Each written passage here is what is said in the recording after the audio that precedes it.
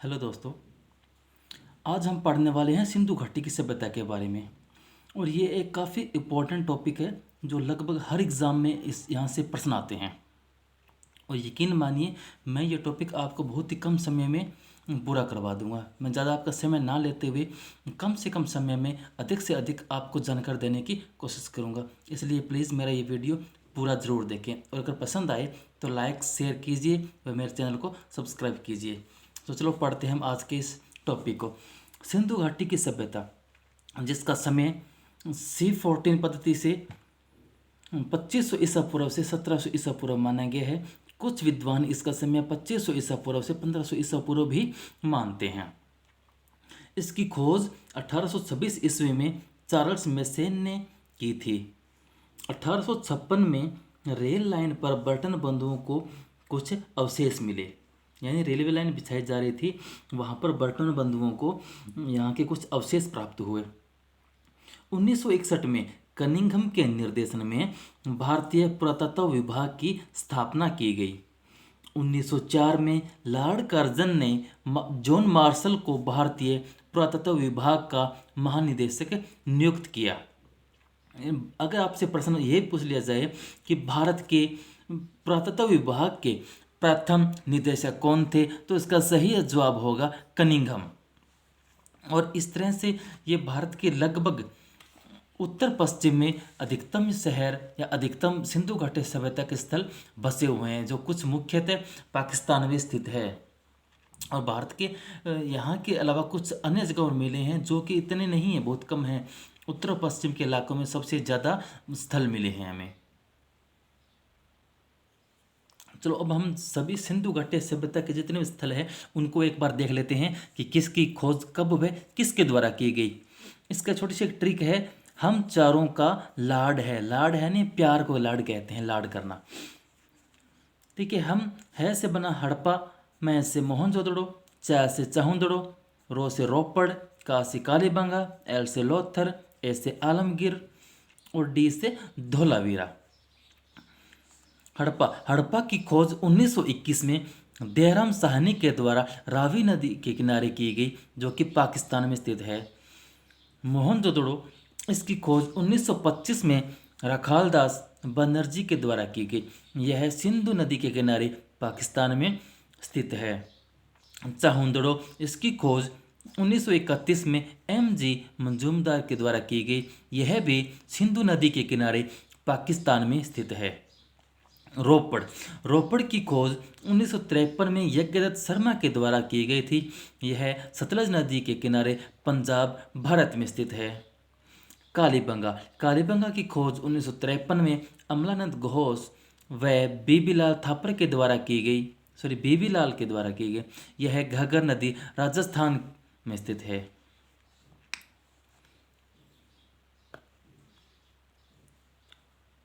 लोथल की खोज 1955 में SR राव के द्वारा की गई। यह भोगवा नदी के किनारे गुजरात में स्थित है। आलमगीर 1958 में यह स्थान खोजा गया। इसकी खोज यज्ञदत्त शर्मा के द्वारा की गई। यह हिंडन नदी के किनारे मेरठ में उत्तर प्रदेश में स्थित है। और धोलावीरा की खोज 1991 के अंदर RS विस्ट के द्वारा की गई। यह कच्छ कारण गुजरात में स्थित है। अब हम इस सभ्यता की कुछ विशेषताएं देखते हैं। देखिए, यह सभ्यता वास्तुकला के लिए प्रसिद्ध है। इस सभ्यता की लिपि चित्राक्षर थी, जिसमें 396 चित्रों का प्रयोग हुआ है।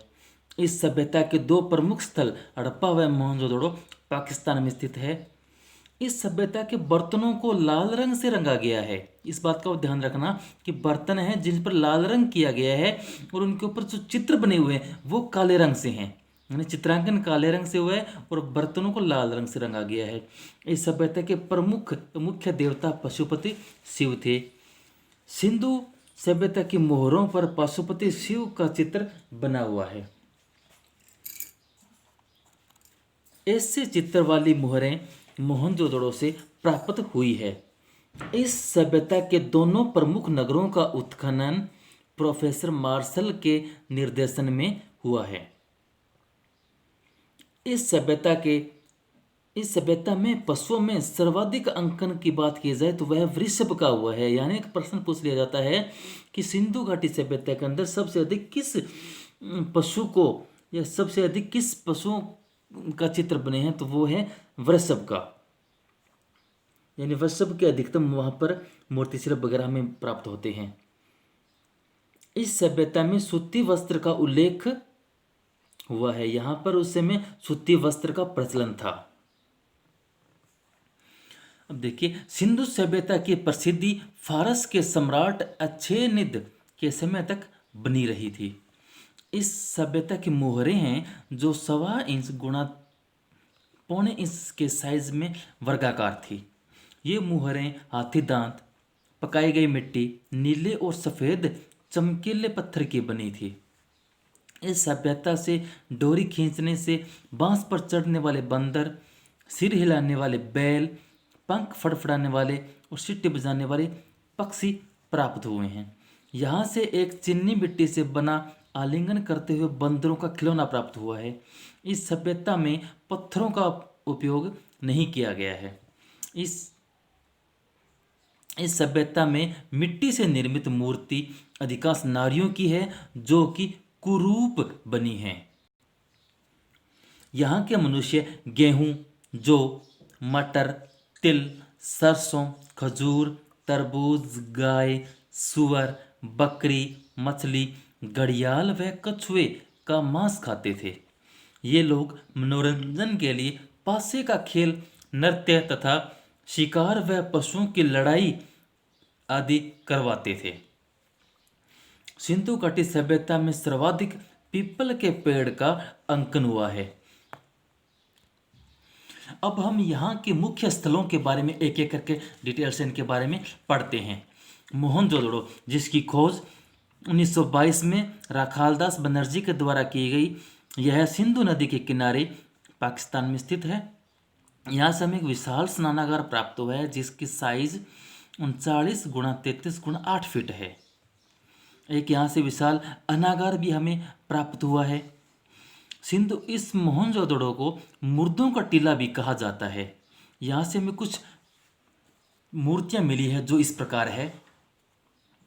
एक हमें यहाँ से प्राप्त हुई है कांस्य की नर्तकी, जिसका साइज 10.5 गुणा 5 गुणा 2.5 सेंटीमीटर है। यानी इसको लगभग 9 सेंटीमीटर के बराबर ये मूर्ति हमें ऐसी मिली है। यह राष्ट्रीय संग्रहालय नई दिल्ली में सुरक्षित है। इस तरह से एग्जाम में क्वेश्चन पूछ लिया जाता है कि जो कांस्य की नर्तकी है वह कहाँ पर संग्रहित है, तो इसे हमारा सही जवाब होगा राष्ट्रीय संग्रहालय नई दिल्ली। प्रश्न ये भी पूछ लिया जाता है कि हड़प्पा सभ्यता से प्राप्त नर्तकी किस माध्यम में बनी हुई है, तो हमारा जवाब होना चाहिए कांस्य। एक हमें यहाँ से योगी का धड़, जिसे दाढ़ी वाले योगी, पुजारी राजा या पुजारी राजा भी कहा जाता है, यह पत्थर से निर्मित है या जिसे स्टेटाइट भी कहते हैं, या उसे साबुन का पत्थर भी कहा जाता है। यहाँ से हमें एक नटराज की मूर्ति प्राप्त हुई है, मातर देवी की मूर्ति। यहाँ से हमें एक मातर देवी की मूर्ति जिसे मदर गॉडेस कहा जाता है, इनकी मूर्ति हमें यहाँ से प्राप्त हुई है। टेराकोटा से निर्मित है ये मूर्ति। इसका साइज 22 गुणा 8 गुणा 5 सेंटीमीटर है। यह राष्ट्रीय संग्रहालय नई दिल्ली में सुरक्षित है। यानी यहाँ से जितने भी मोहनजोदड़ो से मूर्ति शिल्प या जो चीज़ प्राप्त हुई है, ये सभी के सभी राष्ट्रीय संग्रहालय नई दिल्ली में संग्रहित है। यहाँ से हमें एक वृषभ मिला है जिसे बुल कहा जाता है। यह भी पत्थर से निर्मित है और इसका साइज 2.5 गुणा 2.5 गुणा 1.4 सेंटीमीटर है। यह भी राष्ट्रीय संग्रहालय नई दिल्ली में सुरक्षित है। फिर हमें कुछ यहाँ से चित्रित बर्तन मिले हैं जो कि राष्ट्रीय संग्रहालय नई दिल्ली में सुरक्षित है। हड़प्पा की खोज 1921 में दयाराम साहनी के द्वारा की गई। यह रावी नदी के किनारे पाकिस्तान में स्थित है। यहाँ के प्रमुख मूर्ति शिल्प और कुछ मिलने वाली चीज़ों के बारे में देख लेते हैं।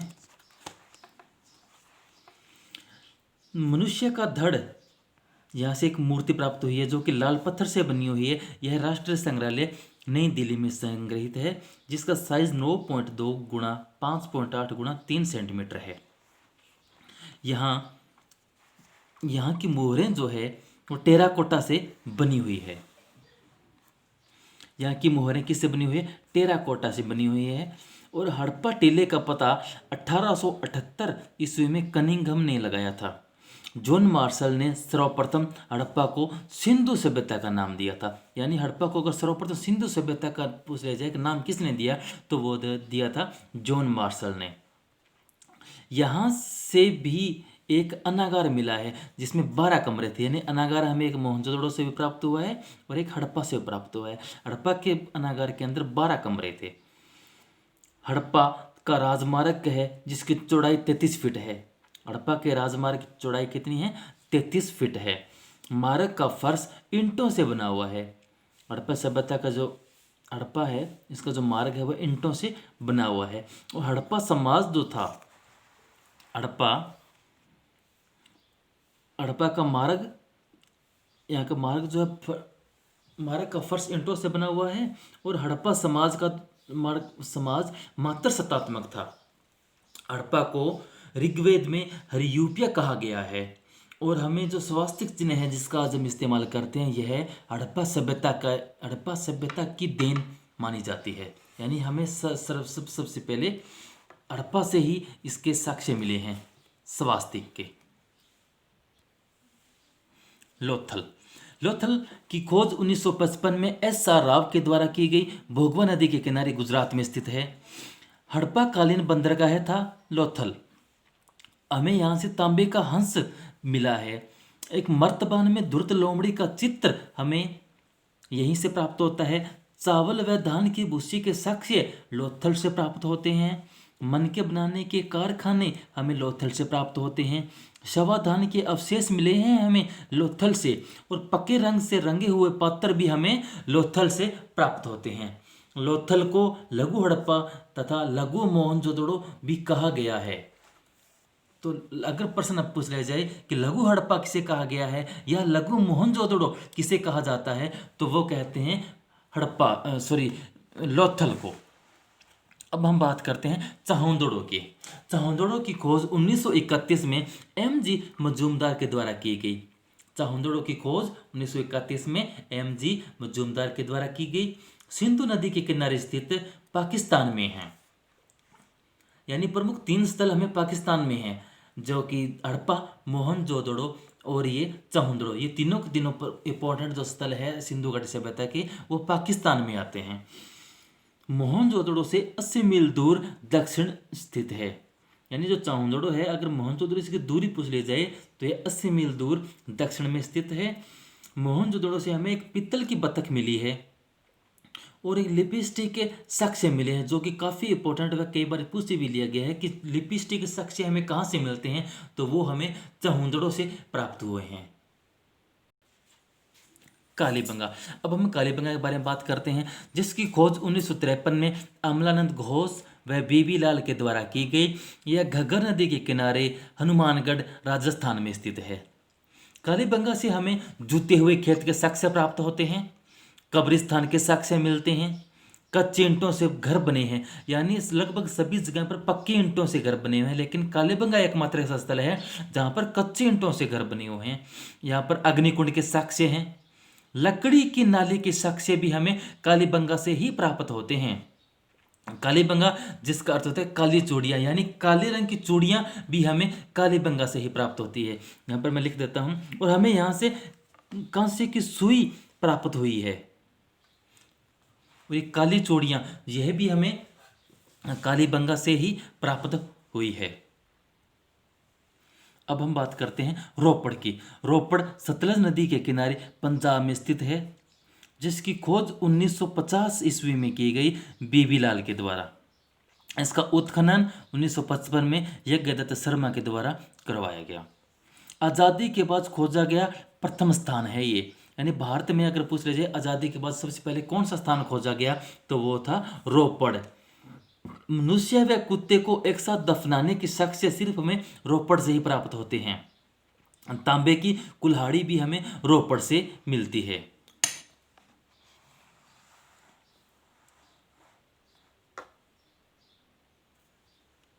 धोलावीरा यह भारत की विशालतम हड़प्पाकालीन बस्ती थी, जिसकी खोज 1991 में एस आर बिस्ट के द्वारा गुजरात में की गई। सिंधु सभ्यता के सबसे बड़े आकार के लिपि वर्ण यहां से मिले हैं। इस स्थल में दुर्गकृत जो इलाका था वह पश्चिम की बजाय दक्षिण दिशा में स्थित था। यानी धोलावीरा के अंदर दुर्गीकृत जो इलाका था वह पश्चिम में ना होकर दक्षिण दिशा में था। तो दोस्तों, ये थे हड़प्पा सभ्यता के या सिंधु घाटी सभ्यता के प्रमुख व महत्वपूर्ण स्थल जिसके बारे में हमने पढ़ा।